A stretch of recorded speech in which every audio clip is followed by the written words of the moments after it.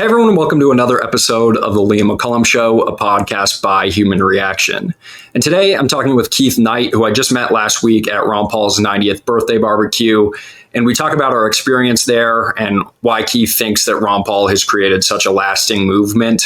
I also ask him about Tulsi Gabbard's appearance at the event because he actually ran into her and asked her a question. We were both sitting next to each other during her speech at the event. Which was pretty fun. So we talk about that. And then we also get into Keith's work on World War II, which is just really indispensable. He's doing great research at the Libertarian Institute with Scott Horton.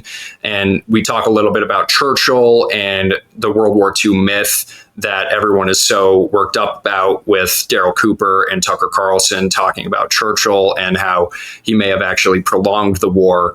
And so we get into that, and then a little bit into his article called Justifying Evil, which is about our policy toward Japan. So I really hope you enjoy this episode. Remember to like, comment, and subscribe, and also check out my friends at Human Reaction, the podcast I'm in partnership with. It's my friends Joe Sheehan, Kyle Mack, and David Rand. They're putting out weekly content, reacting to news and culture. So I'll have the link to their podcast in the description. And also remember to check out our Discord, where you can react to our episodes or even propose questions for future interviews that I do. Thank you so much, and I hope you enjoy this interview with Keith. Liam McCollum, really one of the brightest young minds in the Liberty movement, one of our rising stars.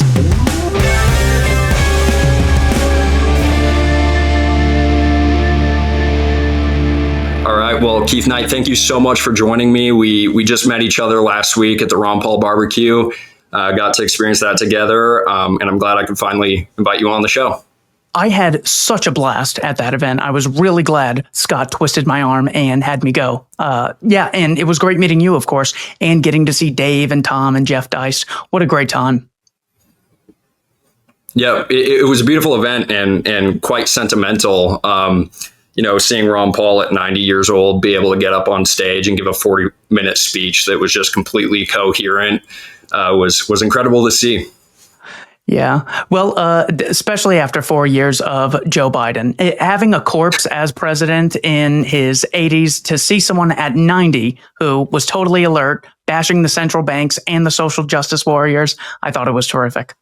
Yeah, well, you recently put out a video talking about the lessons that you learned from Ron Paul, and I kind of wanted to go over a couple of them because I had Ron Paul on my podcast earlier this year, and I asked him this question of, why is it that you, Ron Paul, have created such an enduring movement? Why is it that someone like Bernie Sanders, for instance, that had similar populist energy, has kind of seemingly lost a lot of his steam, whereas Ron Paul can show up at his 90th birthday party with hundreds of followers and people like Tulsi Gabbard showing up at his event.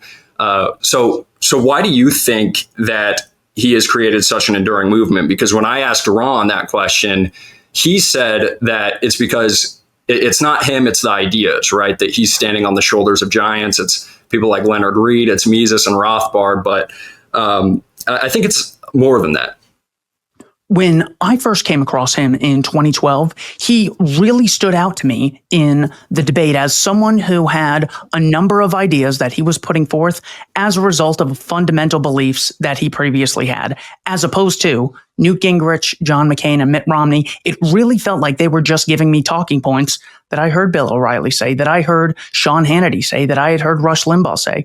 So it seems like they were all copying each other. And anytime they got a little pushback, you saw how shallow their analysis was. I mean, if you read Mitt Romney's book, No Apology, I don't know if he wrote it or a ghostwriter wrote it, but he put his stamp of approval on it. It is so boring. It is so surface level. Every single thing you read was irrelevant probably 8 to 9 months later after it was published. Whereas if you read And the Fed, if you read The Revolution, if you listen to his speech in September of 1983 about the downside of having troops in Lebanon before the October massacre of 1983 in Beirut, you can see that so much of what he said was one based in principle, and other events that came to fruition, he actually had an explanation for. So whether it was the downside of having troops in Lebanon, the downside of blockading Iraq throughout the 90s. He was saying in the 90s that we've now occupied Iraq longer than the U.S. occupied Japan after the Second World War, which is true. The U.S. withdrew primarily from the occupation of Japan in 1952 with the Treaty of San Francisco. So he had been saying this, and he says, the downside is we are attempting to engage in a policy of sanctions and bombing, which we could end up bearing the cost for. This was not the dominant opinion at the time. Sure enough, once you start getting the letters of Osama bin Laden, sanctions and blockades were one of the primary motives for this. So one, his ability to say things that were unpopular. Two, the appearance of having a well thought out philosophy behind all of his beliefs as opposed to them being shallow. And third is willingness to say things that the rest of the Republican establishment, Rudy Giuliani especially, were not willing to. That not only did they not agree with him, they basically hinted that he's a treasonous terrorist for engaging in, any of these thought crimes. So I think those are the big three reasons why the admiration of his is so widespread and so deep. Well, it's to the point where, I think people who didn't support him at the time can just see that he was authentic, that he was committing to principle over and over again. And even as early as 1983, as you suggested, where Reagan went in, he ultimately had to turn around and retreat, and ended up sounding like Ron Paul when he wrote in his memoirs that, he threatened the entire U.S.-Israel relationship and said that he used the word Holocaust deliberately. Over and over again, Ron Paul has been proven to be right. And so much so that on Twitter, hashtag Ron Paul was right is like a really popular thing that you see often. Multiple times throughout the last few years, it's been a major talking point on X and on various social media platforms. And it's not just in the realm of foreign policy, it's also the economic policy. So often, if you look at things like the Inflation Reduction Act, that Joe Biden's proposal, which he ended up authorizing, it comes across as though inflation is the result of prices being high, or inflation is defined as prices that rise over time.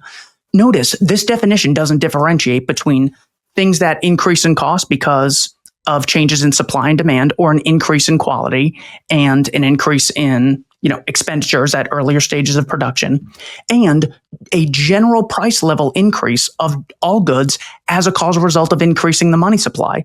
So they don't do that nowadays. Of course, if you read the works of Harry Truman and Woodrow Wilson, they actually knew at the time. They explicitly said, look, if we're going to have, troops all over Europe, Harry Truman said, it is going to be inflationary. So we're actually going to raise taxes instead of, increasing the money supply.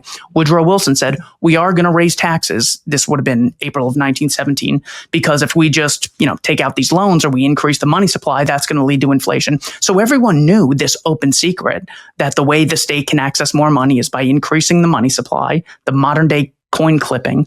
But Ron Paul just held on to this wisdom and brought it into the forefront with his economic ideas, and of course foreseeing the 2008 financial crisis. Very different from the Marxists who say there's going to be a crisis in the future. It's like predicting that it's going to rain eventually. That doesn't actually get to the root of what causes these things. If you look at Ron Paul's analysis, he says increasing the money supply causes malinvestment and overinvestment, rather, in certain areas, in certain industries, leading to a bubble, leading to a burst that later comes. So his understanding of Austrian business cycle theory made him just so worthwhile listening to, both on the domestic and foreign policy front. 100%. And if people are interested in that, I highly recommend checking out my last interview with Jeffrey Degner. He put out a new good book on inflation in the family and the Federal Reserve's impact on the family unit in society. And it just an incredible work, and I highly recommend it. But I wanted to get your take, Keith, on Tulsi Gabbard's appearance at the Ron Paul barbecue. We both got to experience her speech together. We were sitting next to each other, and I heard that you also ran into her and you got to say a couple things to her. So I wanted to get your take on why she was there. So I was walking out of the back area where the food was, and there was an officer who just stopped me and said, someone's coming through, please wait. And we were waiting there for like 3 or 4 minutes. And I'm like, who is going to be here? I'm like, well, Lisa Kennedy? Well, I thought she was already here. Who could it be? And then Tulsi Gabbard walks in, which I was just very surprised. I knew that she was on the list. I didn't think she'd actually show up. So she walks in and she shakes Lisa Kennedy's hand and then reaches out to shake my hand. And I just shook it. And I was in a state of shock. I didn't prepare a question or a statement or anything because I didn't imagine the DNI would not only be there, but be there in a place where I could see her. And I just asked her, at what point did you realize Iran was enriching uranium to the point where they could have a nuclear weapon? And she just looked shocked. She was like, this is not the time and place, and there's a lot more there. So what we have is a 29-year-old college dropout asking a question to the director of national intelligence while she's serving service. What is self-serving analysis of what their position actually does? And she just didn't have an answer. Probably the most important thing that she has done thus far, if you exclude the bombing of the Houthis in Yemen, this was a huge thing that she was at the forefront for. She got a lot of heat for this, and she doesn't have an answer ready for something as blatant as this. Well, taxpayer who I serve, here is where I got the information. Here was when I got it. This was the cost and benefit analysis I did. That's how we came to our conclusion. I mean, I thought that you public servants work for us, the people. Of course, anyone who understands the Austrian school sees it's the exact opposite. They have a right to tax. We have an obligation to, obey and fund them. The reverse, of course, doesn't exist.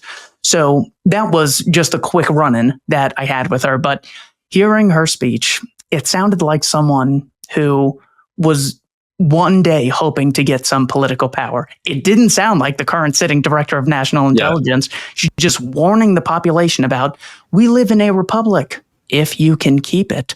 I'm like, all right, well, you're safeguarding it and you're actively lying to us about this Iranian situation, bragging about leveling an apartment building in Yemen. I think you're the one I should be making this speech to. Dude, it was so crazy. I mean, it really felt like it was completely isolated from everything that's going on right now, separated from all context. It was a speech that she could have given a couple of years ago at a Yale conference. It like totally devoid of any context that she's currently serving in the administration. And I actually have the clip here where she addresses this idea that we're a republic if you can keep it. Approach the 250th birthday of our country, to the day when Benjamin Franklin was asked what sort of nation the American Constitution had created, his response, a republic if you can keep it. And it's that response that I think of when I think about the cause that Ron Paul has dedicated his life to, and how he has inspired an entire movement that continues to grow all across this country, focused on those foundational principles that are in our Constitution, our Bill of Rights, and the Declaration of Independence. He has experienced firsthand on the front lines fighting for our democratic republic. As I look back and was watching some of these videos, and his demeanor is always one of a joyful warrior, whether he's talking about the Fed or he's talking about ending these disastrous regime change wars and standing up for peace and prosperity and freedom for all people. No matter how hard he is attacked, he carries what we in Hawaii call is the aloha spirit with him wherever he goes. And yeah, so I mean, totally crazy. I mean, she's talking about regime changers and people who violate the Constitution as if she's not in power right now. I know. It really is something she could have said 10, 15, 20 years ago, and Ron Paul's been around for that long. So, yeah, it was definitely unfortunate because you saw some amount of potential when she was speaking out against the U.S. support for, what do they call it? Moderate rebel groups in Syria and Libya, which turns out you can't just go door to door and ask someone, hey, would you mind taking off work as, a truck driver and help us overthrow Assad and then help us overthrow Gaddafi? What you end up doing is you have a pool of people willing to fight who are generally militants. They're, people who do this for a living. Turns out those groups, the Libyan Islamic Fighting Group and Jabhat al-Nusra, basically Al-Qaeda in Syria and Libya. So it was really cool when she was speaking out against that. But just the tone, and maybe I'm looking too much into this, but when she calls them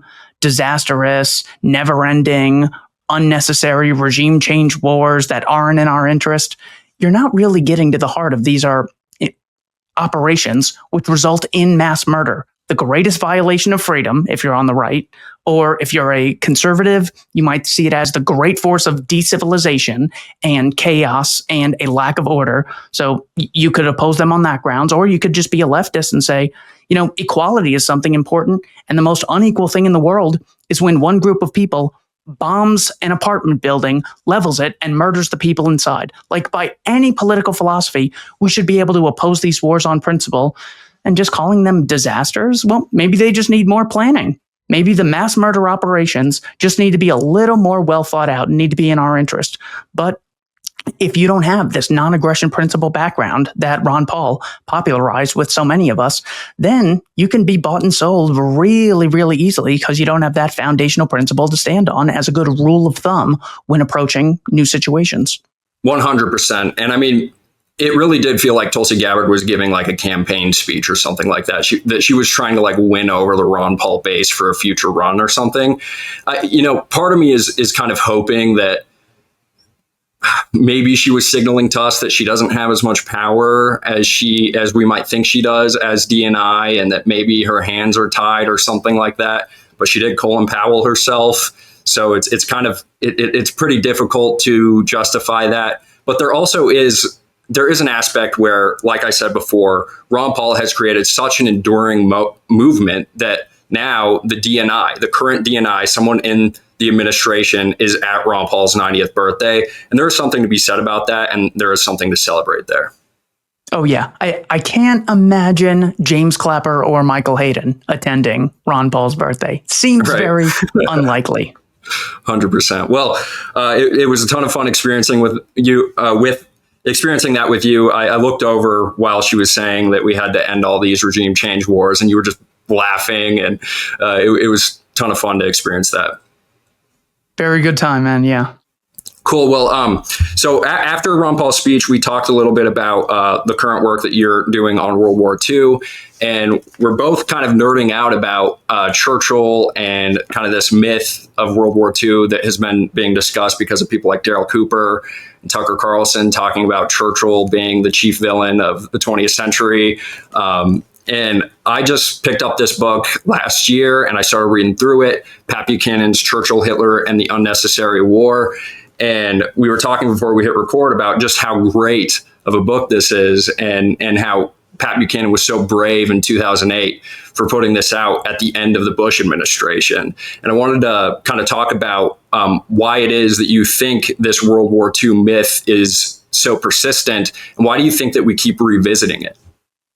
So let's first go back to 2008 when Buchanan put this out. Buchanan's thesis is different than the research that I'm doing. Buchanan says one way to look at Churchill is to have a general level of objective morality and determine, the costs and benefits of his actions. But another thing that Buchanan does, which is important to say, here are Winston Churchill's 3 goals in life.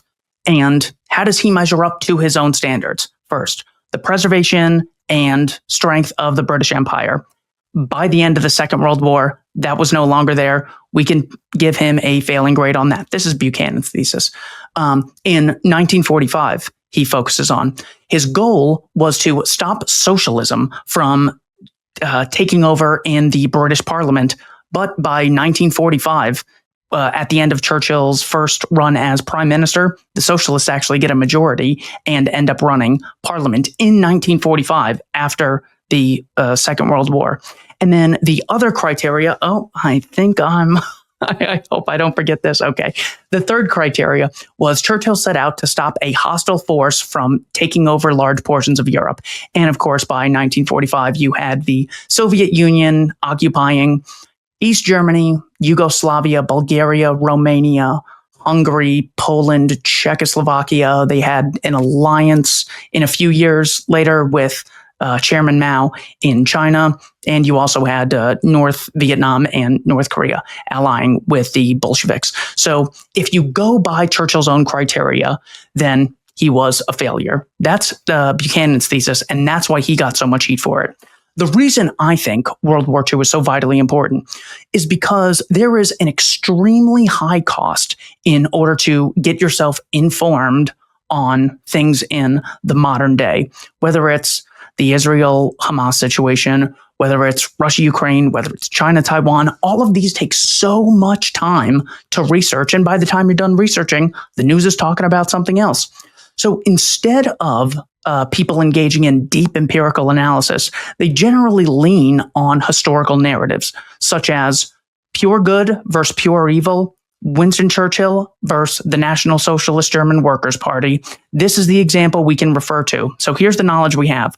We're going to take that and we're going to bring it to the forefront. So I have Hitler and I have Churchill in my mind. Anytime I look at a new situation, I say, well, who's the Hitler? Putin seems like the Hitler. Who is against Putin? Zelensky. Well, then he must be the Churchill. So the most famous Churchill historian today, Andrew Roberts, says, that's why they call him Churchill. That's why they call Zelensky Churchill with an iPhone. It's so much easier just to do something like that people end up doing it. So the implication is anytime we have given someone with the Churchill stamp, we have to blindly support them, regardless of the costs, regardless of any actions they themselves engage in, such as outlawing 11 competing political parties, as Zelensky has done. Zelensky has engaged in mass conscription. I think it's all men ages 18 to 60. That was the February 2022 edict. He also has a no-leave policy, so he basically has erected a Berlin Wall in Ukraine, stopping people from having the right to leave if they say, you know what, I would like us to be under Zelensky's regime, but if Putin ends up being the regime here, I'm just going to leave. At least give people that freedom. Zelensky doesn't do such a thing. And not to mention, confiscating property from the Ukrainian Orthodox Church on November 15th of 2022. Zelensky, it appears to be a false flag almost, but there's plausible deniability, but it could have been a false flag. It certainly happened. We just don't know what the motives were. November 15th of 2022, Zelensky comes out and says, we've gotten reports that Russia has bombed Poland and Poland needs to respond. There have been 2 Polish deaths as a result of this. Putin's aggression must be checked. We can't sit on our hands and knees. We cannot engage in appeasement, this sort of thing. Because appeasement, of course, they associate with Neville Chamberlain, the weak person of the war. The U.S. establishment was surprisingly quiet on this day. I kept refreshing the Twitter feed. I'm like, Jake Sullivan's got to say something. A day or two later, I think it was the next day, Lloyd Austin, the Secretary of Defense, came out, former, member of Raytheon, and said, well, it turns out after further investigations with our Polish counterparts, this was actually a Ukrainian defense missile that hit Poland and killed 2 Polish civilians. But ultimately, Putin is at fault for starting this in February of 22. So this is what we're playing with. This is the man who we're supposed to say is just like Churchill, and Churchill was totally good, so we got to totally support him. That is a far shot from saying, okay, what are the costs and benefits for supporting him? Why should I support him? If we're fighting for democracy, well, he's no longer democratically elected because he didn't engage in the election that was scheduled for March of 2024, 25. He just passed it. I want to say it was March of 24, but he has certainly surpassed his election term. So instead of having empirical things that can actually be falsified, or the cost-benefit analysis formula that you'd usually engage in if you're going to say risk 100,000 people to engage in a certain activity, it's much easier to call people Hitler and call some people Churchill to know who you should blindly support and who you should blindly hate. That's why it persists. And it's constantly used as a justification to expand the warfare state in the present by saying, who are you, Neville Chamberlain? You got to be like Winston Churchill. Of course, it makes no sense because Neville Chamberlain was actually the one who declared war against Germany on September 3rd of 1939. What they're generally referring to is the fact that Neville Chamberlain didn't declare war in 1938 during the reunification of Sudeten Germans from the newly created Czechoslovakia into Germany. Herein lies the contradiction of the Treaty of Versailles, which granted peoples around the world the right of self-determination. Well, that would mean that the Sudeten Germans in Czechoslovakia would more or less be under the rule of the German Reich. And the Germans in Danzig, a town that was 95% German, according to Encyclopedia Britannica, the 1938 edition, well, then they also would be under German rule. So it's those difficulties with which are constantly coming across when it comes to saying that Churchill was the good guy, Hitler was pure evil, and that's the lesson for today. Never, never appease. But you also get another contradiction there. If there's a potential threat to our freedom from Vladimir Putin or Xi Jinping or Kim Jong-un or the Ayatollah, we might have to risk going to nuclear war, killing hundreds of thousands at best, potentially tens of millions of people with nukes, if there's a potential threat against our freedoms. But our domestic government in Washington, D.C. can constantly trample our freedoms. James Clapper can lie under oath about spying on us. They could tax 40, 50, 90% of our income. Doesn't really matter. They can constantly regulate capitalist acts between consenting adults, which constantly make us poor. They could forcibly stop us from trading. This is what enemy countries do to other enemy countries in a time of war. They stop them from trading to impoverish them. Well, when the federal government stops us from trading with tariffs or potentially a blockade, well, then we can only engage in appeasement. So that appeasement contradiction is something we always see. Potential threats to freedom from a foreign enemy might have to start murdering tens of thousands of innocent people. But when your domestic government does it, just pledge allegiance, maybe write a letter, maybe start a petition. Other than that, you can't really use it. You can't even go into the Capitol building without a permission slip, or else you're a terrorist and you're going to spend years in prison.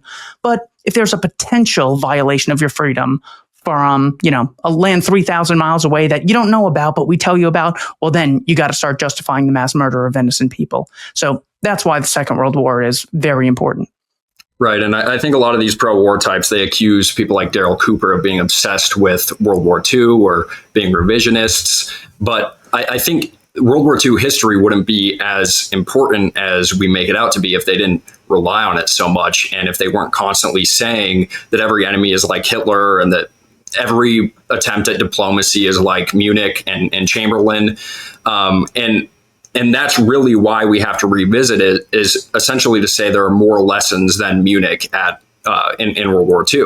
Like why can't we revisit the Polish war guarantee over Danzig, or Churchill's meeting with Stalin in Moscow in 1942, or Yalta in 1945.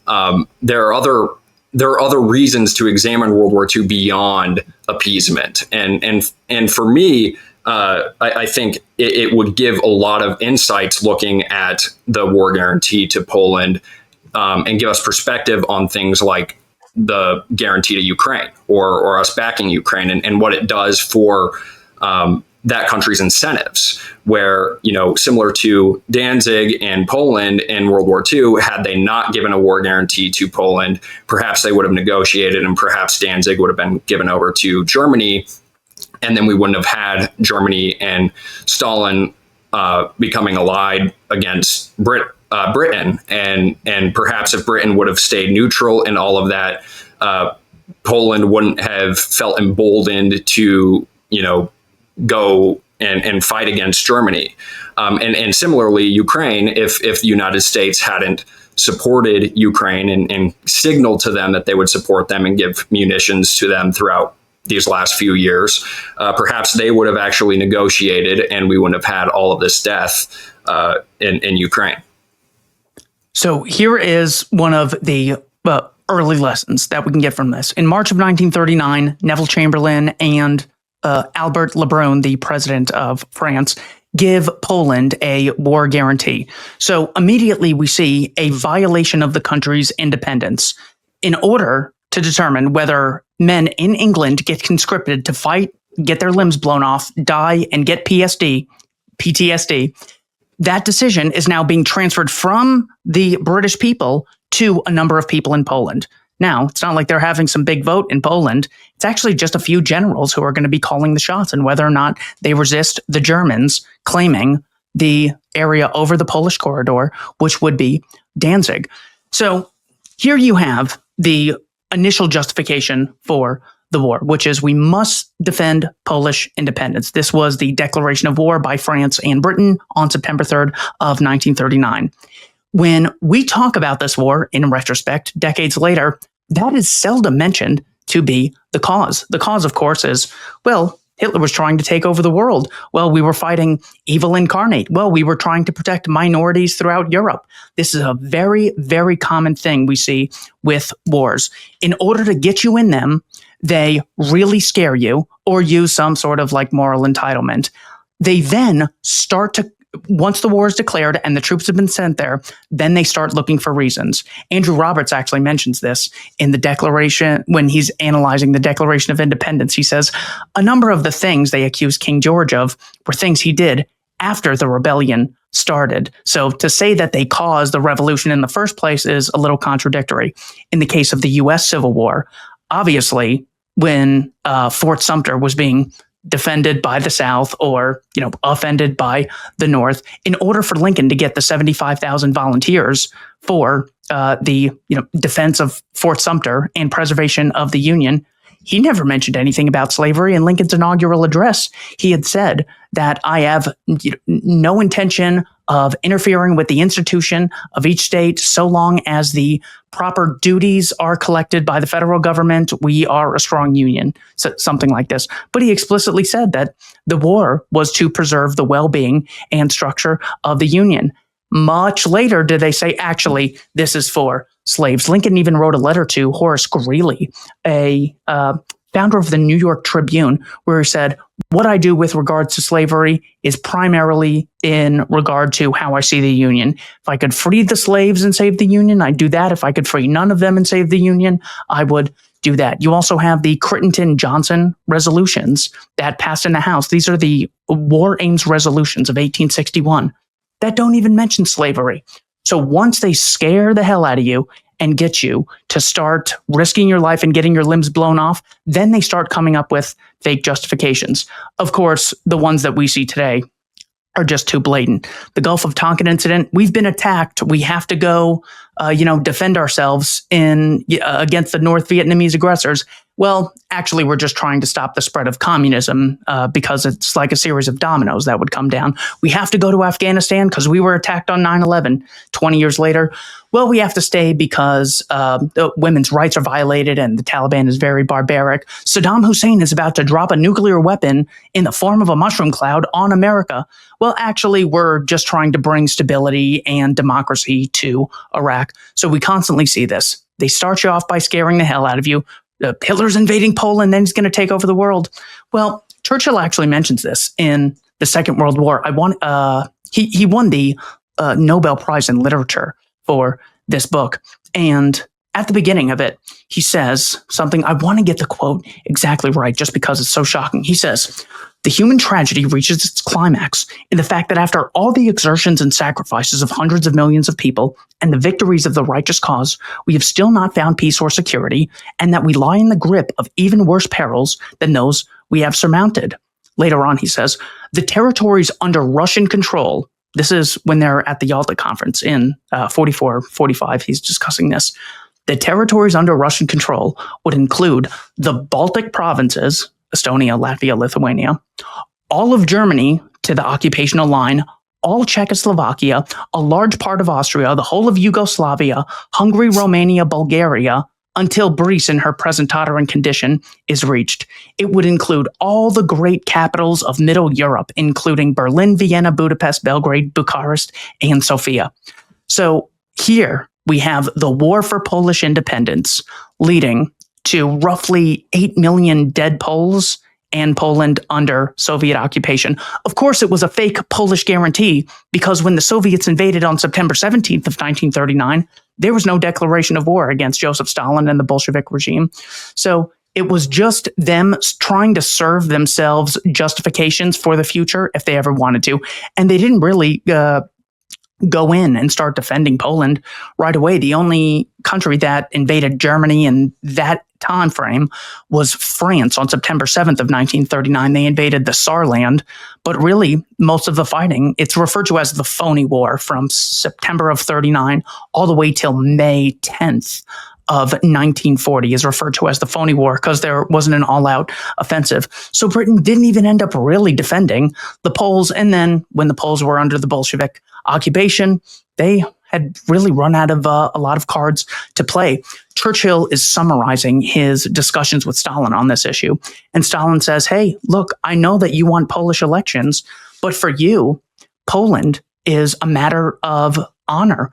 For us Russians, it's a matter of honor and security. We were invaded by Napoleon through Poland. We were invaded by Kaiser Wilhelm's army through Poland. We were invaded by the National Socialists from Poland. We're not going to let some election decide who is going to answer to who the military in Poland is going to answer to. So he ended up having the Lublin government start calling the shots. And then Churchill goes on to justify this. He said, well, in Poland, you had the London government in exile and the Lublin government who answered to the Bolsheviks. Churchill ends up saying, well, it was the Lublin government who did a lot of the defending in Poland against the National Socialists, and the London government actually was in exile, didn't do a lot of the funding, and had been caught with a number of radio transmitters that they didn't have the license for. So unfortunately, this was just not something that I could keep pushing. According to Sean McMeekin in his book, Stalin's War, he says, Churchill said to Stalin, what I want are democratic elections in Poland. And according to Sean McMeekin, Stalin responds, oh, democratic elections like in British-occupied Egypt. And that was the last time, I guess, they really went head-to-head on it. But yeah, the war that Churchill says we should have declared war over 1/5 of Czechoslovakia, the Sudetenland, all of Czechoslovakia occupied by the Bolsheviks. And at the time, in 1945, you just expended all of your resources. You couldn't do it at the time, but it just goes to show you that we shall never surrender. We shall fight on the beaches. No matter the cost, we will continue to risk it. At some point, you just have to say, the foreseeable costs outweigh the foreseeable benefits. It's not something we can defend. We got to focus on our own territory. So, that is one of the main lessons we could learn that it seems like Douglas Murray and Barry Weiss are not too interested in. Yeah, definitely not. And I do think the lesson of the moral hazard is much more significant than the lesson of appeasement, and that is why we need to keep bringing it up, because as Pat Buchanan argues in his book, is if Britain would have stayed out and would have remained neutral, it's highly likely that Germany still would have moved in for Danzig. And because it was such a security concern for the Soviet Union, the war would have happened between the Germans and the Soviets earlier and likely would have been ended before. So I think that obviously is a much more significant and present lesson than appeasement, because in Ukraine, we're seeing the exact same phenomenon happen where the United States is backing them. And basically it's become a meat grinder where we're sacrificing the Ukrainians in the name of democracy, but Russia is not going to budge. And had we not backed them, had we not given them, in effect, a guarantee, Ukraine likely would have negotiated much earlier. Oh, yeah, they certainly would have had the incentive to. I want to get into the early version of Churchill's tenure. He was a member of parliament in 1900 and was until 1965. So there's a lot to go over. I want to mention a few things in his earlier years, because the way that this is sold to us is that Churchill was a great man, fought against the National Socialists, was spearheading this, giving inspirational discussions, which, by the way, Churchill, we have to give him credit. Amazing speeches, just phenomenal. Yes. The guy really was brilliant. Even when you read his books, he's just captivating. So I will give him credit there.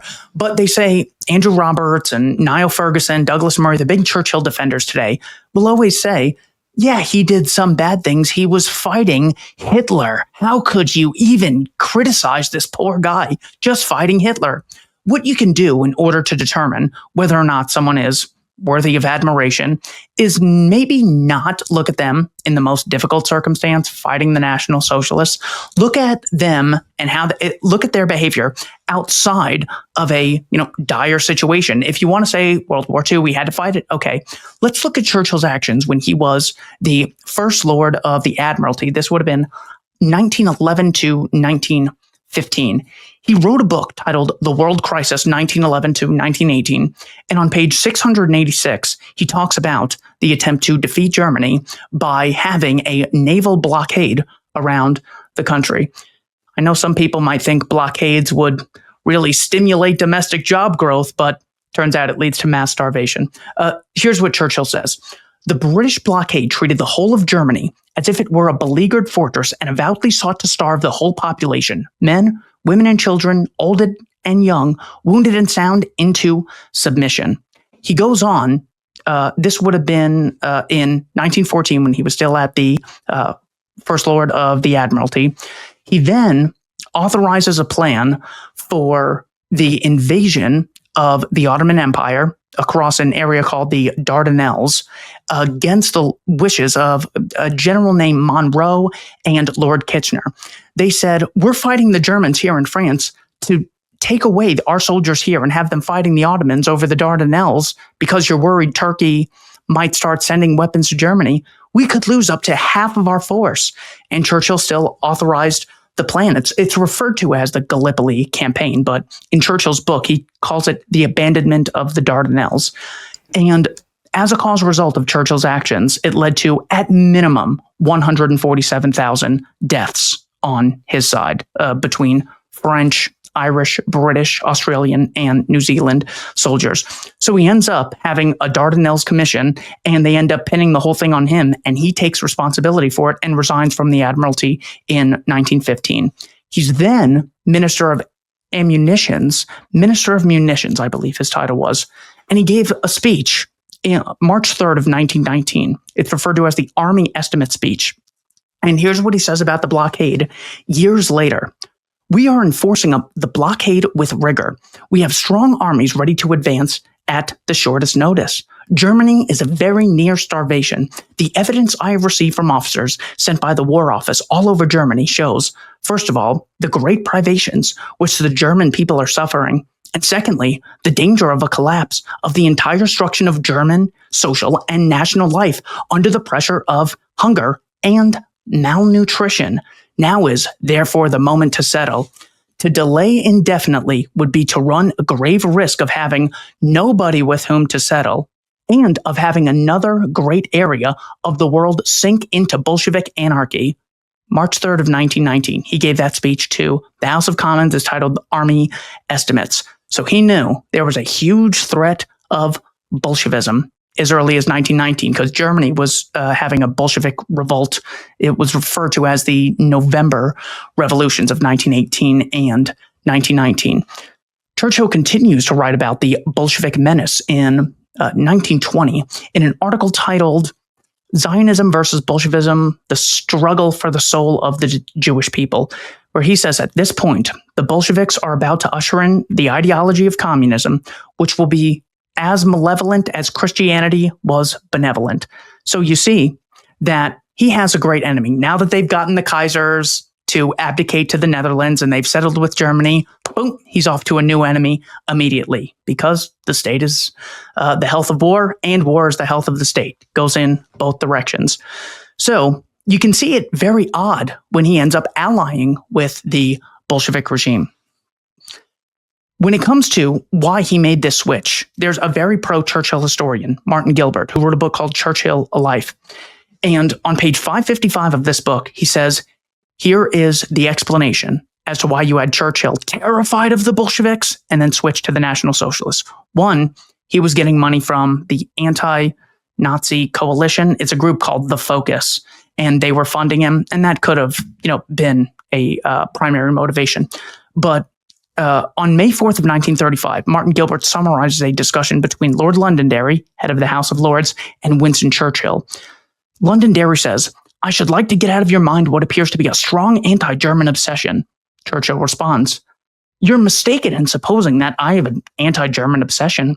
British policy for 400 years has been to oppose the strongest power in Europe by weaving together a combination of other countries strong enough to face the bully. Sometimes it is Spain, sometimes the French monarchy, sometimes the French Empire, sometimes Germany. I've no doubt who it is now, but if France set up to claim the overlordship of Europe, I should equally endeavor to oppose them. It is thus through the centuries we have kept our liberties and maintained our life and power. So if you see Churchill as someone who engages in war, as something that's only necessary to, stop you from getting attacked, well, then his actions don't make much sense. But if you see him as someone trying to preserve his own social status and serve his self-interest, as we in the Austrian school know as a universal, well, then everything absolutely makes sense. And I want to get to the Lusitania because I forgot about that. Can I mention this briefly?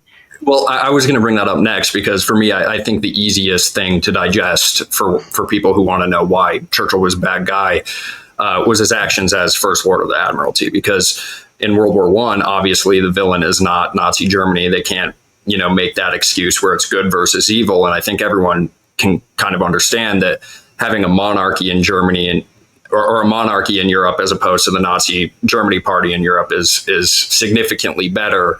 So in this situation where we have Churchill as First Lord of the Admiralty basically setting the policy to coax U.S. shipping over to Britain, knowing that Germany has a policy of shooting boats with their U-boats, I think this is the easiest case to start with to digest that Churchill perhaps wasn't the friendliest guy, at least to Americans. Yeah, certainly. He mentions in his book, The World Crisis, on page 438, he says, in these days also came in the news of the sinking of the Lusitania. Included in her cargo was a small consignment of rifle ammunition and shrapnel shells weighing about 173 tons. Warnings that the vessel would be sunk afterwards, traced to the German government, were circulated in New York before she sailed. So a couple things with this. The Lusitania, which was always sold to us as just a passenger ship. It was like a Carnival cruise, except it was in May of 1915 off the coast of Ireland. That's what it was. The Germans sunk it. They wanted war with us. Not exactly. If they wanted war, they wouldn't have paid for ads in American newspapers to warn people against sailing on it. Second, if it's just a passenger ship, as opposed to something which is transporting ammunition to the British Empire so they can go kill Germans on French soil, well, that really changes whether or not this was provoked or unprovoked. I'm in no way justifying the sinking of the Lusitania, Kaiser Wilhelm's piece of trash, an evil violator of the non-aggression principle. But notice the importance of whether or not an incident or an event or a war is provoked or unprovoked. They will so often say Putin's unprovoked invasion of Ukraine. They'll use something like that in order to plant the seed in the minds of the masses that Putin engages in unprovoked aggression. We have no clue what he's going to do next. Because we have no clue, we can't negotiate with him. There can be no diplomacy. There can be no discussions. He engages in unprovoked violence for no reason. He must be a psychopath. The only thing we can do is start murdering Russians. That is the difference between this situation was provoked and it can be negotiated. There can be reparations. There can be, some people held accountable versus this was unprovoked and they kill people for no reason. The same thing they did with Kaiser Wilhelm, they're trying to do with Vladimir Putin today. So that was a very important aspect of Churchill's own words. He also wrote a letter to Walter Runciman. Walter Runciman was the president of the Board of Trade in the First World War. And this was a note he sent to him on February 12th of 1915. You could find this in primary sources on the First World War at Cambridge. Churchill says, "It is most important to attract neutral shipping to our shores, in the hope especially of embroiling the United States with Germany.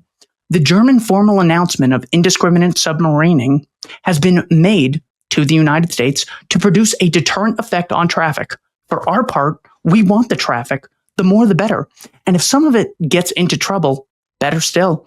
Therefore, do please furbish up at once your insurance offer to neutrals trading with us after February 18th, 6 days away. The more that come, the greater our safety and the Germans' embarrassment." So when you see something like this, you cannot maintain the view that we have governments instituted by the consent of the masses. These governments are here to protect us and our well-being. They don't have an incentive to because they get money and power, whether or not they have the consent of the governed. We don't have the freedom to stop funding them if they provide a bad service. That's why government funding should basically be, a GoFundMe operation. You got to provide a good service. If you do, then we'll give you our money. If not, we need the freedom to opt out of it. So this is a crucial point that most progressives and conservatives just overlook. They say, well, that person is calling themselves a public servant. They must be serving the public. It also gets to an issue with progressives who say that, well, capitalism is inherently bad. And, there have been a number of atrocities of employers against employees. So capitalism needs to be abolished or at least heavily curtailed. If you look at, just take the Gallipoli campaign, how many members of the proletariat class were killed because a bunch of socialists, big government socialists, who advocate the definition of socialism, the institutionalized aggression against private property? How many of the proletariat had to suffer? How many were enslaved and conscripted? They didn't want to be there, and they didn't agree to the amount of money that they were getting paid. The progressive is so terrified of people engaging in mutually beneficial contracts between consenting adults that they end up justifying this mass murder operation. Even today in Gaza, you have Crystal Ball and Brianna Joy Gray saying, the U.S. is complicit in genocide. I am happy to agree with that, based on the statements of Smotrich, the finance minister, and Ben-Gvir, these psychopaths, and also Benjamin Netanyahu.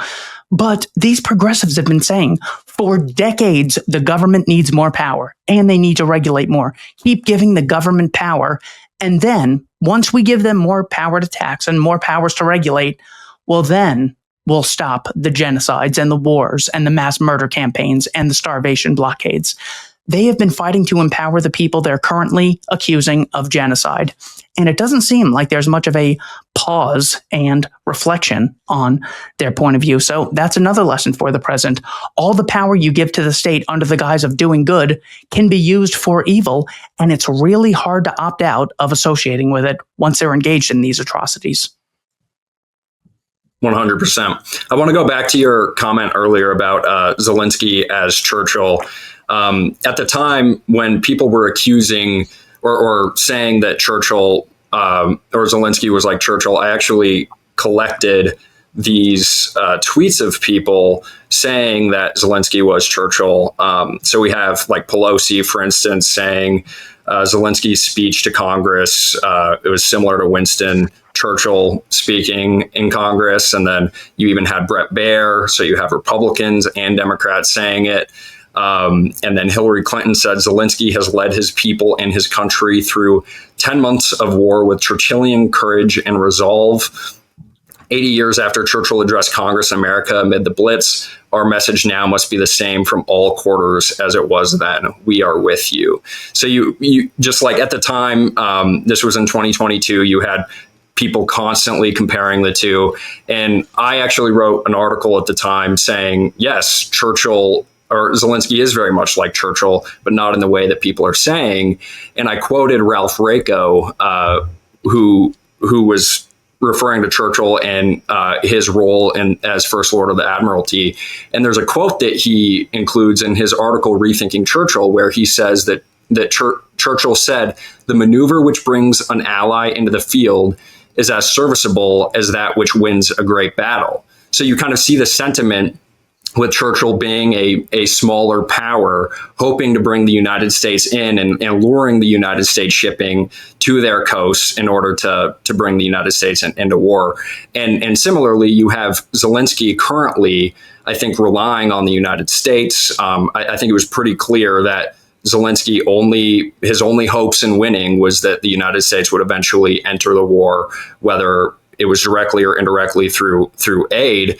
And even now today, he's still demanding that the U.S. still put sanctions on Russia if they don't cede to his terms in agreement or in agreements on the ceasefire. So I think you actually do have a lot of similarities in that Churchill was relying on the United States and on Russia to defeat Germany, especially after Germany pushed them off continental Europe after Dunkirk. No, yeah, the parallels are there. I agree with Secretary of State Clinton, but they're there for certainly the wrong reasons. I think one of the biggest things that does not get enough attention when it comes to the Churchill discussions, some people will mention that he had said insensitive things about other races, that he didn't support women's suffrage at the time. I see those as so microscopic compared to the actual things we have. This is what I think is Churchill's greatest crime. This was a policy.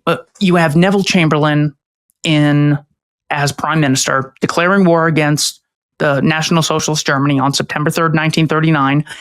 Chamberlain ends up resigning in May of 1940. It was either the 9th or 10th of May. And this was as a result of the First Lord of the Admiralty, Winston Churchill, talking to people like Joseph P. Kennedy, saying, what we should do is put landmines in the seas outside of Norway to stop the National Socialists from getting access to the iron ore in Norway. Churchill, in his book, says, I called it Operation Wilfred because at the time it seemed like such a small thing to do. Well, word got out. Hitler ends up hearing about this because Churchill talked about it to so many people. The National Socialists invade and occupy Norway. Chamberlain's administration is humiliated and Chamberlain resigns. Hitler then comes out with a speech. It's called My Last Appeal to Great Britain. I think that's the title, in 1940, where he brags about how they heard about this operation and they have so many eyes that the British don't know about. And that's how they were able to win in Norway. If you don't want to see any more Narvik debacles, any more Norway debacles, you will make peace with us now. So the funny thing is that you have Churchill as First Lord of the Admiralty engaging in the Gallipoli operation, killing at least 147,000 people on his own side, not to mention the poor soldiers on the other side getting their heads blown off for the Ottoman Empire. He is then reappointed as First Lord of the Admiralty in 38-39. Has this Narvik debacle, Chamberlain takes the blame, and Churchill goes from First Lord of the Admiralty to being Prime Minister May 10th, 11th of 1940. So Hitler then has the invasion of Rotterdam in the Netherlands, starts killing civilians in there. The National Socialist regime is just so evil that I think anyone who tries to defend it, just because you can hate more than one tyrant. It's okay to hate more than one. You don't have to be. Are you a Sunni Muslim or a Shia Muslim? You can be neither. Are you a Hitler or a Churchill guy? You can be neither. So the National Socialists are just so evil, but we get so much of that it's important to change the narrative from good versus evil to evil versus evil, where the masses, the innocent people, actually had to pay the price. So in May of 1940, Churchill authorizes the bombing of German civilians. Here's how we know this. There's quite a bit of evidence, so I want to get through it because it's quite an exhaustive case. There was a book published in 1961 by Her Majesty's publishers titled The Strategic Air Offensive Against Germany, 1939 to 1945. The collectors and authors who provided commentary for these documents were Sir Charles Webster, who worked at the Foreign Office from 1943 to 1946. This guy is in a position to have access to this work. And the other gentleman, his name is Noble Franklin, and he was the general director of the Imperial War Museum. So people who are in positions to have access to these documents. Here's how they summarized the start of the bomber offensive against Germany. Between May 9th and the 4th of June, 1940, operating exclusively at night, the Wellingtons, Whitleys, and Hamptons, 3 bomber planes, of 3, 4, and 5 groups, flew some 1,696 sorties and lost 39 aircraft. So recognize the importance of these dates. The 9th of May and 4th of June, 1940. The German blitz against London was not until September 7th of 1940.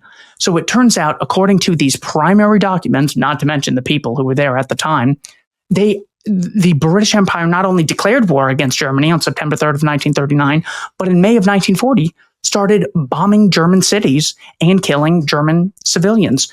This was also confirmed as early as 1944 by the Air Assistant Air Secretary Principal, I think was his title. His name is James Spate. In his 1944 book, Bombing Vindicated, he said, yes, we were the ones who started the bombing. We should be bragging about such a thing because it is bombing that got the Germans to surrender much earlier than they otherwise would have. So his book, Bombing Vindicated, that's the general thesis, that we should be proud of this because it got the Germans to surrender. So that is one of the sources which says, okay, it's not Germany started flooding London with bombs and then poor London just decided to respond. It was, in fact, the other way around. So that is the first myth that we can get rid of. There was a report in 1941 which talked about the accuracy of these bombs. It's called the Butte Report by a guy named David Berensen, I think is how you pronounce it. This was August 18th of 1941. He says, of those aircraft recorded as attacking their target, only 1 in 3 got within 5 miles. Over the French ports, the proportion was 2 in 3. Over Germany as a whole, the proportion was 1 in 4. Over the Ruhr, it was only 1 in 10. So this is vast, indiscriminate bombing that's very unprecise. And as he says, it's taking place at night. And he mentions on French ports. So the British are bombing the French, both in Operation Catapult, which was the bombing of a ship which killed 1,297 French servicemen off the coast of Algeria. It's known as Operation Catapult. And Churchill's defense was, look, we thought the Germans would end up taking it. So yeah, we're now killing French people too. Why is it okay to declare war on Germany? Where they're killing innocent people. But when we do it, I promise I have a different motive in my head when I murder massive amounts of innocent people. Okay, moving on. Arthur Harris, who was the Marshal of the Royal Air Force. Again, I'm not doing the Douglas Murray Barry Weiss thing of telling fairy tales and assuming motives. I'm going at the Libertarian Institute. We go to primary sources. Here is what Arthur Harris, Marshal of the Royal Air Force, said in a book titled Dispatch on War Operations. The aim of the attacks on town areas had already been defined in an Air Staff paper dated 23rd September 1941 as follows. The ultimate aim of the attack on a town area is to break the morale of the population which occupies it. To ensure this, we must achieve 2 things. First, we must make the town physically uninhabitable. And secondly, we must make the people conscious of constant personal danger. The immediate aim is therefore twofold, namely, to produce destruction and the fear of death. My primary task was therefore clear beyond doubt, to inflict the most severe material damage on German industrial cities. That was the memo that the Marshal of the Royal Air Force, Arthur Harris, you'll know him as Bomber Harris. His book is titled Bomber Offensive, and then Dispatch on War Operations is much shorter. But that is another example of this was not a war against Hitler, or, well, technically a war against his army. Hitler ends up killing himself. Most 4 out of every 5 Germans that were killed on the Eastern Front against the Soviet regime. And you have these people justifying the mass murder of innocent German civilians, to which it is often responded, well, maybe you could get some people at one point in a big government saying crazy things. Okay. So we've already conceded we have people who are in a position to know about what's happening. Second question, is it widespread? Well, there was another memorandum by Lord Cherwell. This guy's real name is Frederick Lindemann, 1st Viscount Cherwell. This is a letter he gave directly to Winston Churchill. This would have been April 9th of 1942. It says, Lindemann was a science advisor. He ran this S branch, the statistical branch, gathering statistics for the War Cabinet. Lindemann says in the memo, careful analysis of the effects of raids on Birmingham, Hull, and elsewhere have shown that, on average, 1 ton of bombs dropped on a built-up area demolishes 20 to 40 dwellings and turns 1 to 200 people out of a house or home. In 1938, over 22 million Germans lived in 58 towns of over 100,000 inhabitants, which, with modern equipment, would be easy to find and hit. If even half the total load of 10,000 bombers were dropped on built-up areas of these 58 German towns, the great majority of their inhabitants, about 1/3 of the German population, would be turned out of a house or home. Investigation seems to show that having one's house demolished is most damaging to morale. People seem to mind it more than having their friends or even relatives killed. These are the good guys in the war, according to Douglas Murray. This was not just something that was an idea passed around. Yes, it was against high-level people. Yes, it was multiple high-level people, but it wasn't really, implemented on a large scale. Not the case either. There's a document, TR 1335. This was February 14th of 1942. It's from Norman Bottomley, the deputy chief of the air staff, to Marshal J.E.A. Baldwin. I believe his name is Jack Baldwin. He was the acting air officer. You had Charles Porter, then Jack Baldwin, and then you had Arthur Harris. The document says, "It has been decided that the primary object of your operations should now be focused on the morale of the enemy civil population, and in particular of the industrial workers." Every leftist who defends the Second World War and thinks they're so cool for taking on the Nazis, you are justifying in exploitation that is far worse than any voluntary contract any capitalist has ever made with any employee. Far worse than Martin Shkreli, whoever the guy is, the pharmaceutical guy who charged $1,000 for a pill. Any progressive who justifies conscription, a fancy word for enslavement, and the bombing of civilians is just far worse than that. So the evidence, I have three more pieces of evidence that I want to bring forth just to show that this was a policy that was widespread and well known about and kept a secret in circles. So it's another lesson of how governments can be actively conspiring, justifying the murder of innocent people, even when they're the good guys.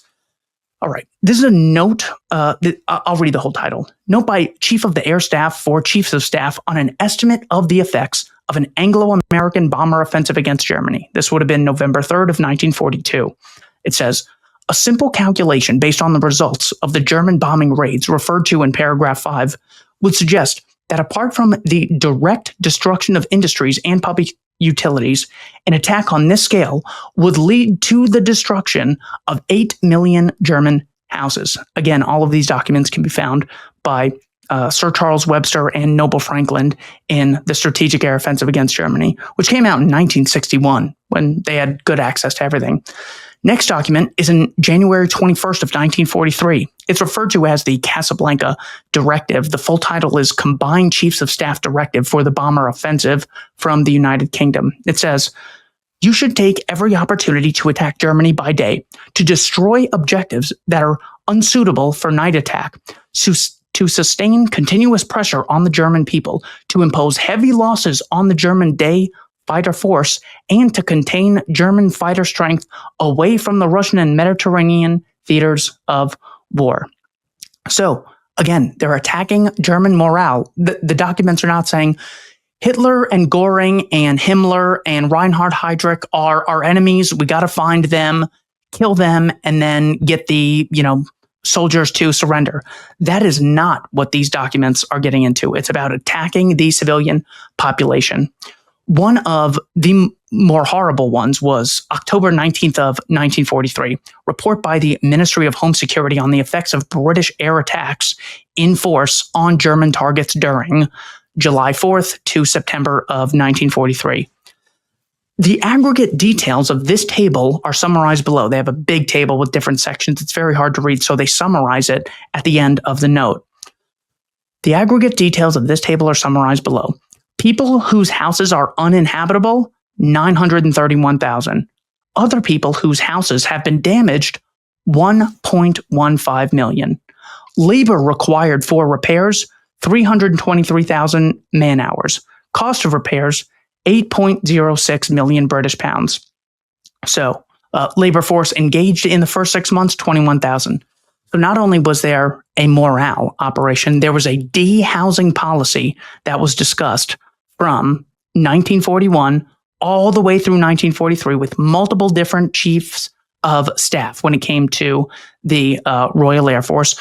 Churchill unequivocally knew about this and gave it the green light. And the latest one that I could find was January 14th of 1944.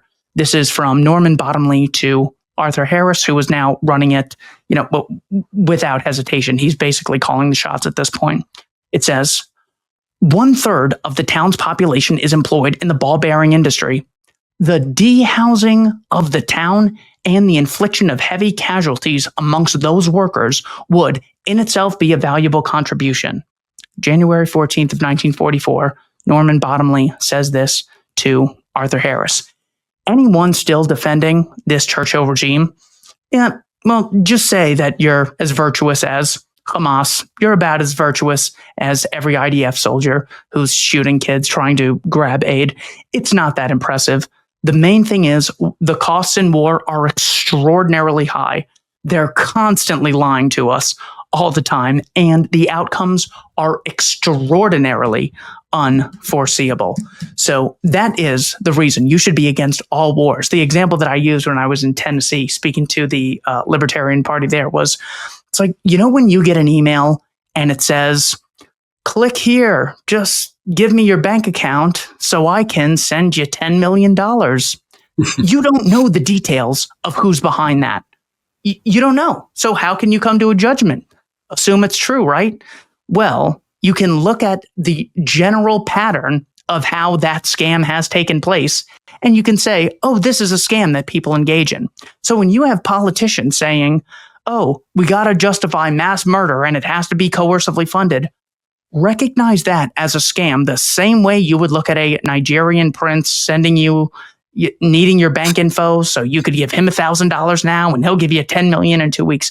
It's the same scam again and again. Thank you for letting me go through that. Of course. Well, after all of that evidence, it becomes clear why re-examining Churchill it provokes so much outrage, because it really is a load-bearing myth for justifying any attacks against civilians, whether it's sanctions policy that is an act of war that clearly hurts civilians and deliberately does so for the purpose of, weakening morale and the hope that they overthrow the population. The government, that the population overthrows the government through, weakening their economic status as a country. And then hopefully that causes the people to get so upset with their government that they overthrow it. But obviously we believe that just causes a rally around the flag effect. But also you can see why the Churchill myth is upholding the policy in Israel as well, and the policy in Gaza with the destruction of homes and the moving of civilians out of Gaza entirely. So you can see why it causes so much outrage when we try to re-examine Hitler. But I'm wondering, just to play devil's advocate, you've already kind of addressed this argument, but what comes up with Gaza and with World War II is that this argument of the moral equivalency, that really we had good versus evil. And, in the case of Churchill was brave and was kind of like the indispensable man responsible for the defeat of Hitler. It was necessary because had he not done so, even though it was at great cost that, Britain lost its empire as a result of it, it was still worth it because had he not done so, we would have had a Nazi government and it probably would have been the strongest power in Europe. So what do you have to say about that? So there's two things there. The first thing you said about there can't be a moral equivalence. There's two ways to approach that one. Usually what, for example, Coleman Hughes said is that there can't be a moral equivalence. Hamas is killing innocent people and you don't have Israel doing that. And then he says, okay, well, Israel is killing innocent people, but they're not intending to do it. If they could avoid it, they absolutely would. And then you get a number of atrocities, to which Coleman Hughes changes and says, well, roughly 1% of all populations are psychopaths. So yes, 1% of the Israeli government is doing this, but that's not indicative of all that's going on there. And the intentions of the people in Hamas are bad, whereas the intentions of the Israelis are inherently good. Two things to say about that. You seldom are really looking at the motives of the people that you're defending. So many times, since Lyndon Johnson's Great Society to Otto von Bismarck's idea for a welfare state in Prussia, people have how they sell their ideas to the public, and the true motives behind them. If state operations were really well-intended and really virtuous, they would let us opt out of funding them, or they would be much more honest and upfront. And if things went wrong, we would get apologies. There'd be much more transparency. There would not be military conscription, and they would force people to engage in these things. So those are blatant red flags that this is not a virtuous operation with well-intended people. So the first thing they do is they don't see clearly the motives of their actual side. They just take a very surface level analysis without saying, well, how do we know this is true? For example, the War for Democracy. Churchill was not elected in 1940. He was appointed. Charles de Gaulle, the French government in exile, was not elected. Joseph Stalin was not elected, but it's still a war for democracy. Franklin Roosevelt was putting hundreds of thousands of German, Italian, and Japanese Americans into internment camps. He was confiscating the nation's gold. He was starting the first ever draft in peacetime in 1940. He was secretly planning at the Atlantic Charter in Canada with Winston Churchill in August of 1941, saying that we will certainly come in on your side. We're going to be provocative in the islands in order to get in on your side. This is according to an article titled War Entry Plans Laid to Roosevelt in, January 2nd of 1972. It was published, but it's discussing the August 1941 meeting in Canada between Roosevelt and Churchill. So again, you can't look at all this and say, oh yeah, the motives are totally pure, so that there can't be moral equivalence. The other thing is, they constantly lie about the motives of the other side. The way this is usually sold is they will say what Putin wants is, and as they're listing the things that Putin wants, they'll have a video of him on the screen talking, but the audio isn't the words that he's saying. It's the commentator talking over him. They do this with Putin. They do it with Hitler. They do it with Osama bin Laden. It was so shocking to so many people when the TikTok trend of Osama bin Laden's letter to America started getting out, because we had never actually heard the intentions. So if Coleman Hughes and Douglas Murray and Barry Weiss and Ben Shapiro want to actually make a comparison, you want to steelman the Hamas position and steelman the IDF position.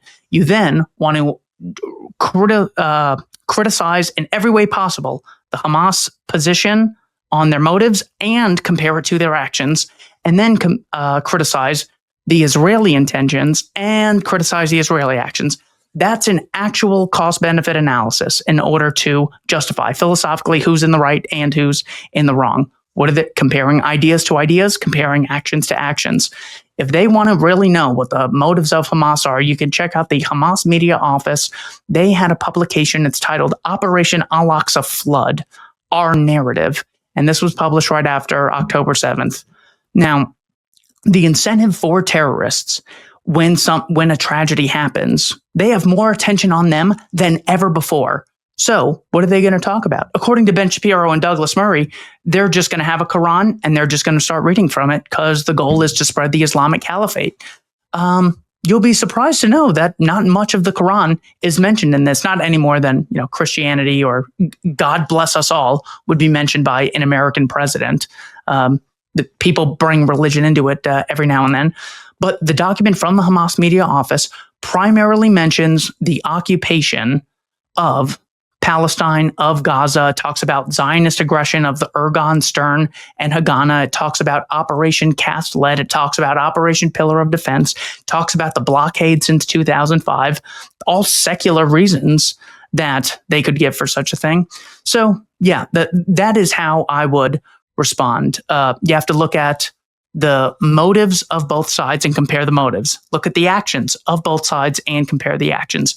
Every time you try to give Putin his say-so, well, then you start seeing it's not unprovoked. This was a result of NATO expansion into potentially Ukraine and maybe Georgia. In the case of Hamas, as I mentioned, you can read our narrative, Operation Al-Aqsa Flood, publication from the Hamas Media Office, which the Jewish Chronicle actually was circulating after October 7th. So this is a genuine document.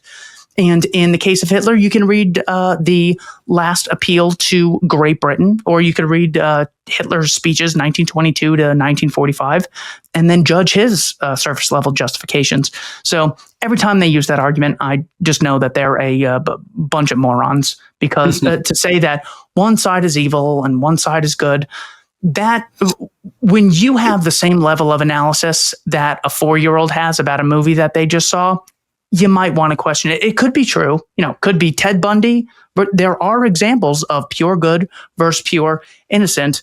But when you're talking about a large scale like this, it's extraordinarily unlikely. There's one more quote I got to give from Churchill's book. Go ahead. This is from page 767. This is his Second World War memoirs, this collection of 6 books that he got the prize for. He said, so he's talking about a meeting that he had with Stalin, and he says, Stalin explained that the Russians had made considerable use of deception by means of dummy tanks, aircraft, and airfields. Just think about that. Stalin's making these fake things and putting them in the fields. That's just so funny to think about. Radio deception had also proved effective. He was entirely agreeable to the staff's collaborating with the object of devising joint cover and deception schemes. In wartime, I said, truth is so precious that she should always be attended by a bodyguard of lies. Stalin and his comrades greatly appreciated this remark when it was translated, and upon this note, our formal conference ended gaily. Page 767 of Memoirs of the Second World War. So you want to talk about, well, their motives are good, their motives are bad. I have a guy who wrote in his own book that he bombs civilians, that he engages in a truth that's so important that he protects it with an escort bodyguard of lies. At what point can we start questioning the motives of these other people? That's what I would say to people who say that. Yeah, and even if we were to grant the idea that like this framing of good versus evil, this marvelized, fiction of reality, I think, like, if we were to grant this framing that it's the civilization versus barbarianism that we constantly hear from the right, I think it's possible to simultaneously grant that Great Britain and the United States are superior cultures based off of superior ideas, and that Germany represented barbarianism. Like it's possible to grant that, and then also say, but in specific contexts, when we're dealing with ethical questions and ethical scenarios, people with good ideas and people who are grounded in good ethics still can violate those ethics in specific situations. And it's almost like they're saying, they're conflating two different things. They're saying Great Britain is good in one respect, and that they have good ideas, that they're based off of Western principles, and that somehow gives them moral capital to expend in certain situations in war. So they're able to commit atrocities because they have good ideas. But as you said, you're supposed to compare ideas with ideas and actions with actions. And I think that they're conflating the two. Oh yeah, that's a scam. They always pull. They're like, yeah, this explicit thing that you're mentioning, well, instead of conceding that that's evil, let me talk about the overall justification. Right. Which is like, come on, man. If you have someone who's generally a good person who commits murder once against an innocent person, the fact that they engage in other behaviors that are also virtuous, or people who are part of their demographic or their nation also engage in very, great achievements or very virtuous activities, that is just not justifying. You have to compare individual examples with individual examples and general cultures with general cultures. Mm-hmm. That's another way that they try and scam it. They'll say, look at this one incident and then compare it to the culture at large. So yeah, that is something that they do all the time, which I feel like they're getting away with much, much less once you just see the psychotic barbarity of, Ben-Gvir and Smotrich. I don't know if you've seen those guys give speeches, but insane. These people are so psychotic that we're not just talking, or if you watch the documentary, The Settlers, or if you look at the quotes that I just read from, the works of Charles Webster and Noble Franklin, you go, well, if the other side saw this, what would they think about us? If they knew nothing about us except here are the most powerful people in Britain talking amongst each other about how to conduct warfare against the civilian population. Well, you would think that we're absolutely barbaric and totally crazy. So very good points, man. Yeah. Well, did you watch Dave Smith and Alex Berensen's debate? I had almost forgotten about it, and you just reminded me. Well, the point, it was honestly not really worth watching until the very end. And the point that was really significant that Dave brought up was like, why are we talking about World War II, something that happened in the 1940s and 1930s when a genocide is currently happening right now? It's like every time we talk about wars that are going on in the world right now, you want to bring up something that happened in the last century. And I think that really is the overall theme of what we've been talking about right now, is like this myth keeps coming up because it's so crucial and it is so load bearing for the events that are happening right now in the world. Yeah. And it definitely is one of those things where the lower the price, the higher the good will be consumed. So when the price of opposing the Nazis is this big, everyone's going to be consuming it. I hate Hitler. I hate Goring. I hate Himmler. Okay, that's very low. It doesn't cost you anything to say that, Alex. Right. So what value are you bringing to the table? But if it's something like, well, there is an ICC arrest warrant for Netanyahu. If he goes to Hungary and meets with Orban, he should be arrested.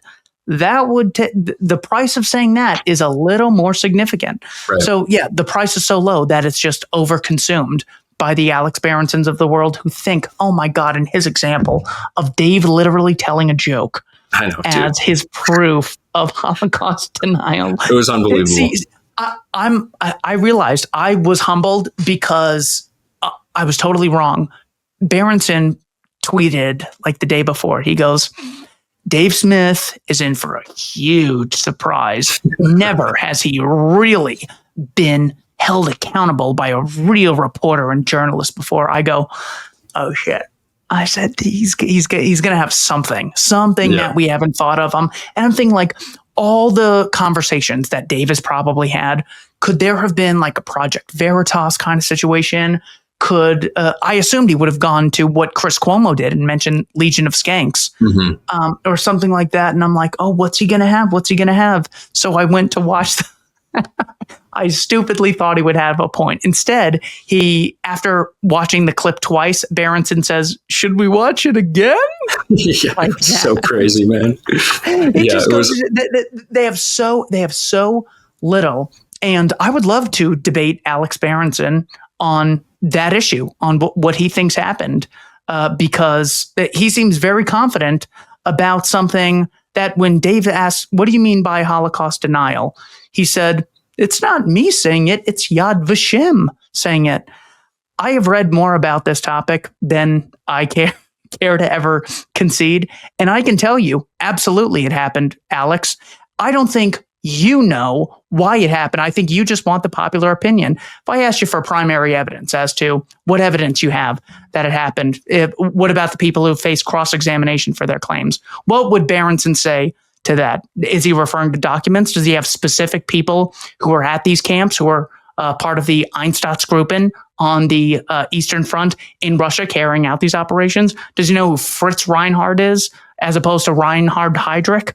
I bet he doesn't. So he's not even saying, Dave, good people believe this. It happened. Bad people believe it didn't happen.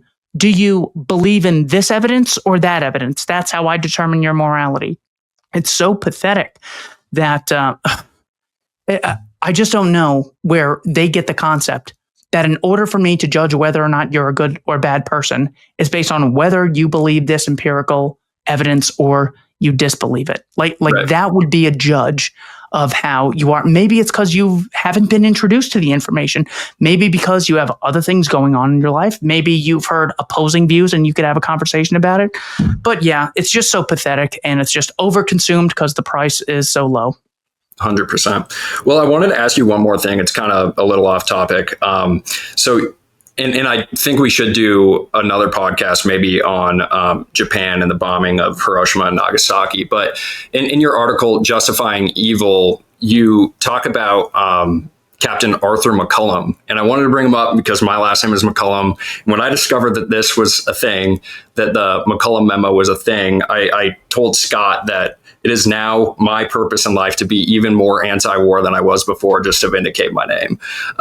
So I wanted to ask you about the McCollum memo and the evidence that FDR was actually planning to get involved earlier, because Justin Raimondo, in Reclaiming the American Right, he provides evidence that Burton Wheeler, Montana senator, so he was a senator from my state, was a huge supporter of FDR. And then he got evidence in December of 41, I want to say, that FDR had actually planned to get involved in the war. And he was a Democrat who had supported FDR because of his budget policy. He had actually said that he didn't want to increase the debt at all, and then ended up, obviously, with the New Deal, and then getting involved in World War II. And Burton Wheeler was radicalized by it and became an anti-war guy, kind of the America First Committee. So what evidence do we have, and what is in the McCollum memo? So a little background. With this stuff, it's so hard to pick when to start this timeline. So as you mentioned, you had Herbert Hoover, who increased federal spending every single year he was in office. By the end of his administration, he had increased federal spending by, I think it was 48%. He had the Smoot-Hawley tariffs. He had these farm boards and wage and price controls. So Roosevelt runs generally on, opposing this drastic increase in the federal government, where he had said that there was reckless spending. Well, once he now had the power to control the spending and he would reap benefits from it, well, he has a new idea that he calls the New Deal with America. A drastic increase even over Hoover's spending. So he said this would bring us out of the Depression. And by 1937, after 4 years of the New Deal, U.S. unemployment was at 20%. So what happens in this case is politicians now have an incentive when they say, I'm going to fix this, and they don't have the knowledge or the incentives to fix X, the thing you can verify as to whether or not they fix it. They say, well, I'll fix this later. There's actually something else that I want you to focus on that we need to solve. And here you're not really going to be able to verify whether I'm telling the truth or I'm telling the lies, because all the evidence that I have is actually confidential. So they engage in diversionary foreign policy when their domestic operations are not going successfully. You had mentioned Roosevelt planned in December of 41 to get in. It's so hard to know the exact date because he was authorizing Lend-Lease to the British and the Bolsheviks before then. Does that count as him being in the war? I certainly think it technically does. The most blatant example is the article I mentioned earlier. This was, I want to get the exact material right. This would have been August of 41. Lord have mercy. Where is it? I guess I could just summarize it. Here it is.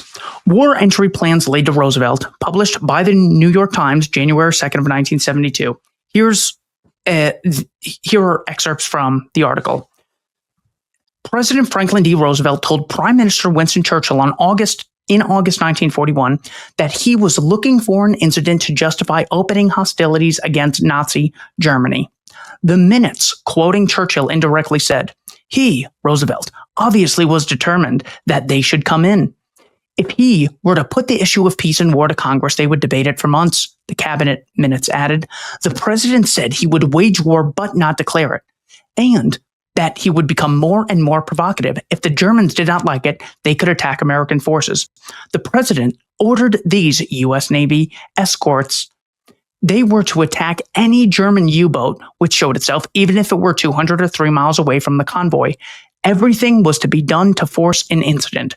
The president had taken this very well and made it clear that he would look for an incident which would justify him in opening hostilities, Churchill told the War Cabinet. These are direct quotes from Winston Churchill after talking to President Roosevelt. So the initial plan. So this is the thing with when people are conspiring, they generally have multiple things that they can reach from. They don't have one plan which they execute and everything goes perfectly. They generally have 4 or 5 things that don't work out, and one of them does. So the original plan was to have a ship called the USS Greer, referred to as the Greer Incident. It was supposed to be flying right under a British airplane, and when the Germans went to attack it because of the British airplane, they would hit an American ship. This is summarized in Henry Kissinger's book, Diplomacy, where he says, one of the most brilliant pieces of statecraft that I've seen is Franklin Roosevelt's handling of the Greer Incident. So it's well known. The original plan was to get the U.S. into war on behalf of Britain by way of Germany. Germany ends up declaring war against America on December 11th of 1941. But the operation that was successful was the freezing of Japanese assets and the occupation of the Philippines and Singapore and Hawaiian Islands. So that is the one that ended up being successful. So we know that his intentions, and also he started the first peacetime draft, as I mentioned earlier. So that's another way you could look at the intentions of the people actually in a position to know what's going on and what they really wanted. They weren't saying things like, here's how we're going to make peace. Here's what we could do to avoid provocations. Here's, how I'm going to serve the American people. If they don't want to fight in this war, they won't be drafted. It'll only be funded through bonds and people would voluntarily fund it. None of that at all. It's just the classic domestic imperialism. So Arthur McCollum was the chief of the Far Eastern section of Naval Intelligence. And his name is mentioned repeatedly in the Pearl Harbor meetings, such as the Roberts Committee and all of these things. So he's someone in a position to have influence. This memo was written on October 7th of 1940, and it goes through 10 things that he would like the U.S. policy to start engaging in. I'll read sections 9 and 10. Number 9, it is not believed that the present state of political opinion in the United States government is capable of declaring war against Japan without more ado, and it is barely possible that vigorous action on our part might lead the Japanese to modify their attitude. Therefore, the following course of action is suggested. Make an arrangement with Britain for the use of British bases in the Pacific, particularly Singapore. Make an agreement with Holland for the use of base facilities and acquisition of supplies in the Dutch East Indies. Give all possible aid to the Chinese government of Chiang Kai-shek. Send a division of long-range heavy cruisers to the Orient, Philippines, or Singapore. Send 2 divisions of submarines to the Orient. Keep the main strength of the U.S. fleet now in the Pacific in the vicinity of the Hawaiian Islands. Completely embargo all U.S. trade with Japan in collaboration with a similar embargo imposed by the British Empire. If by these means Japan could be led to commit an overt act of war, so much the better. At all events, we must be fully prepared to accept the threat of war. Does this sound like a person who's just trying to stay out of things? Does this sound like the isolationist America that we're constantly told by the historians that we actually were? And it's very plausible that the average American was in 1940. They had just had 116,000 American deaths in the First World War, just between 1917, 18, and 19. 116,000 conscript deaths mostly. So yeah, I'm sure they were isolationist. But what incentive do the political figures face? They don't have to meet consumer demand. They not only get money whether or not people want to fund them, they tend to get more power when they don't keep you safe. Just as Roosevelt obviously did after Pearl Harbor, just as George Bush obviously did after not keeping us safe on September 11th of 2001. So the best reason we have to believe that this is a genuine document is a corroborating document from the Joseph P. Kennedy archives. Joseph P. Kennedy was the U.S. ambassador to the United Kingdom from 1938 to 1941. It's titled Secret Memorandum for the Ambassador. Subject, Blue-Orange Situation, from A.G. Kirk. His name is Alan Goodrich, if you want to look him up. He was a captain of the U.S. Navy, and this was on October 9th of 1940. So 2 days later, we have someone in a high position of power saying something very similar. I don't know this for sure, but if I had to bet money, blue-orange situation means American-Japanese situation. Blue, I believe, means America. Orange means Japan. And that's from reading this. I'll just summarize the important parts. General Plan Blue, to establish U.S. fleet or major portion thereof in Singapore area in order to secure position for attacking Orange vital lines of communication and projecting operations against Orange homeland. Alternative Basic Plan Blue, as an alternative, might base U.S. fleet in Hawaii and conduct raids against Orange homeland with fast squadrons using Aleutians as desired. This plan brings war directly into Orange homeland with consequent disruption to war effort and political life. So before Pearl Harbor, you have people in high positions talking about provoking a war. And then it's not just things that they said and never came to fruition. There was the freezing of Japanese assets. There was the Export Control Act of 1940. And there was moving of a large fleet to Hawaii. Hawaii was not a state until 1959. So it's not like, of course, the Americans are there. That was not just something inevitable. The biggest piece of evidence comes from the George Marshall Foundation. George Marshall was the chief of staff for the United States Army, I believe his title was. This is a document titled 2602, Robert L. Sherrod Memorandum for David W. Hulbert, November 15th of 1941. I found this in the archives of the General Marshall Foundation. It's titled General Marshall's Conference Today, November 15th of 1941. The U.S. is on the brink of war with the Japanese, said the general. Our position is highly favorable in this respect. We have access to a leak of all the information they are receiving concerning our military preparations, especially in the Philippines. In other words, we know what they know about us, and they don't know that we know it. Under great secrecy, the U.S. is building up its strength in the Philippines to level far higher than the Japanese imagine. General MacArthur is unloading ships at night, is building airfields in the carefully guarded interior, is allowing no one within miles of military reservations. Most important point to remember is this. We are preparing for an offensive war against Japan, whereas the Japs believe we are preparing only to defend the Philippines. We are piling a large portion of our new material into the Philippines, several shiploads a week of it. If a war with the Japanese does come, we'll fight mercilessly. Flying fortresses will be dispatched immediately to set the paper cities of Japan on fire.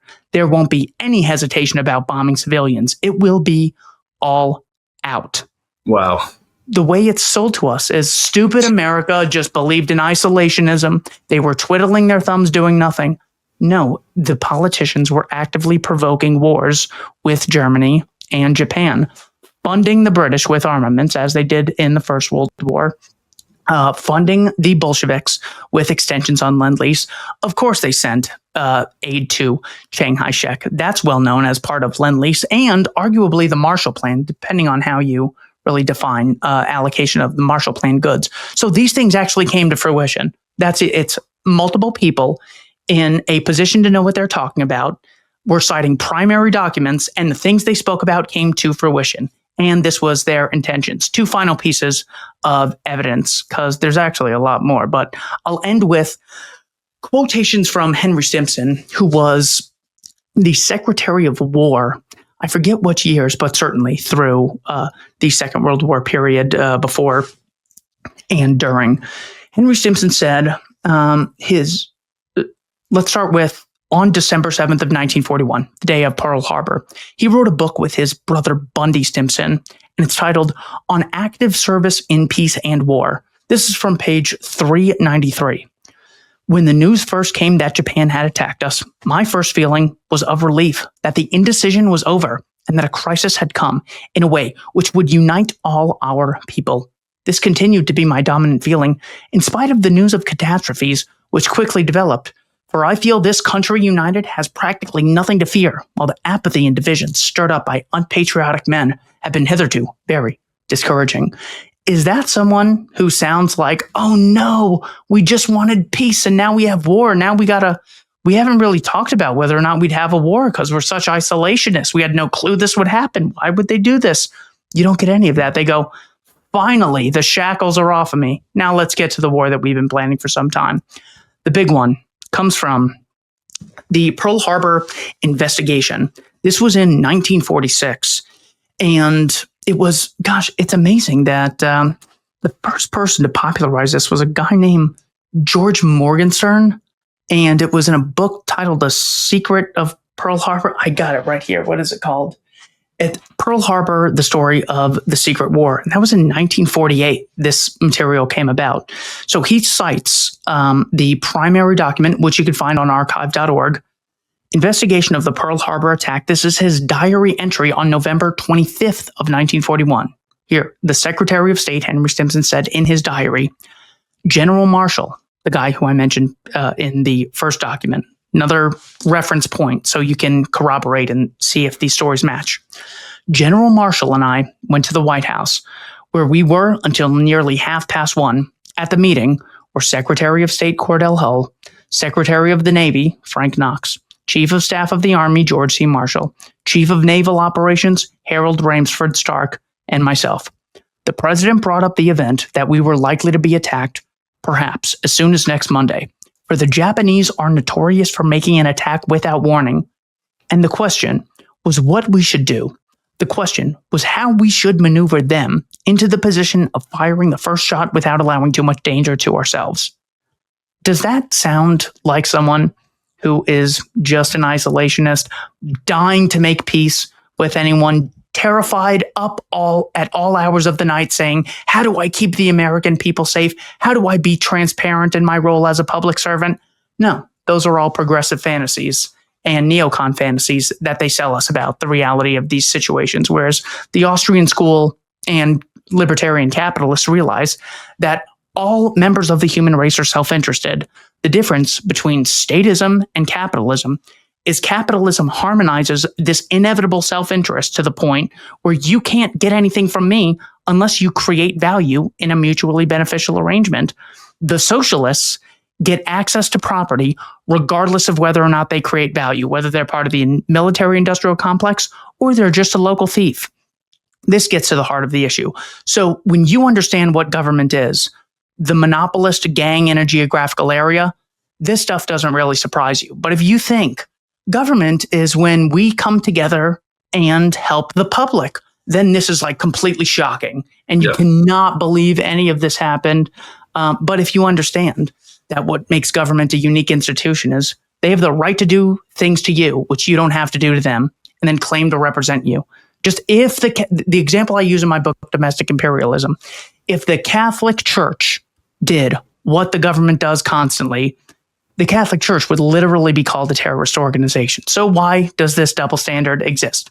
In order to get this double standard to be, it's not, even if it's not accepted by the people, so long as they don't actively resist it, then it's beneficial for the state. But the only way they can do it is with massive amounts of propaganda.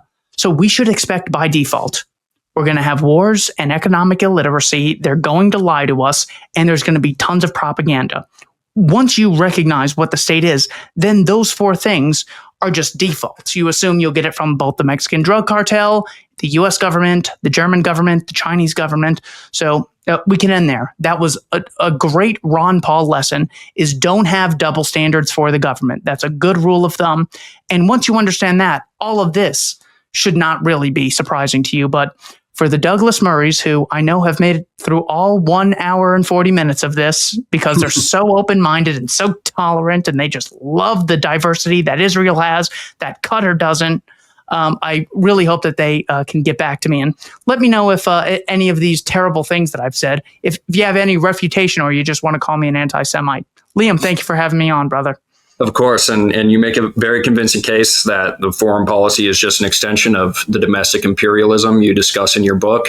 And I'll make sure to link your articles, The Ultimate Case Against the Churchill Cult and Justifying Evil, in the description below. Where else can people find your stuff? LibertarianInstitute.org. That's where Scott Horton and I are creating a free educational archive for all things libertarian, foreign and domestic. Our general goals are promote the concept of peace, mutually beneficial voluntary exchanges. We want to decriminalize capitalist acts between consenting adults and expose the war propaganda as efficiently as possible. Awesome. Well, thank you so much, Keith. Take care, man.